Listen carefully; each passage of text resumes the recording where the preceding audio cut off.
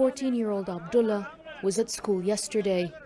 Today, his family is mourning him. He was among more than 130 children killed in the Army public school massacre. A top student, Abdullah's family say he loved birds and gardening. There were scenes of grief at the local graveyard. Relatives and friends prayed for the teenage boy before he was laid to rest. Would have gone like this. Abdullah's uncle Shabir talked of his nephew, a bright boy, he said. He's more than a son to me, more than a daughter to me, more than a brother to me, because he was a genius. He could have been an asset for Pakistan. He could have been asset for Pakistan, and he's gone. He was at that auditorium. Abdullah's neighbor, 13-year-old Azaz, was also at the auditorium. He survived the attack.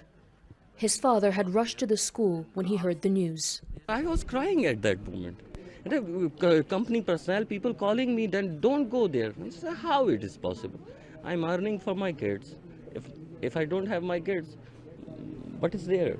They were shot and there was many blood behind them, and I was very scared and frightened. As the country observed 3 days of mourning, people here have come out through the day, expressing their sorrow.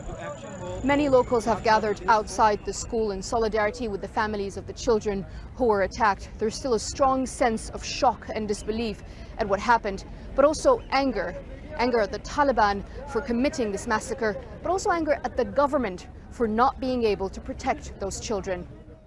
These pictures released by the Pakistani Taliban show the men they say carried out the attack. In a statement, they said they only meant to attack senior students, not the younger children. After visiting the wounded in Peshawar today, the country's Prime Minister vowed to face the militants with an iron fist. Today, our national leadership has reiterated this vow of solidarity and has decided that we will continue this war as long as there is even one terrorist remaining on our soil. There is huge pressure on Pakistan's leadership to take a firm stance against militancy here. Throughout the day, people took to the streets in protest. But there are still many questions left unanswered. Most crucially is whether this attack will mark a turning point in the country's fight against the Taliban.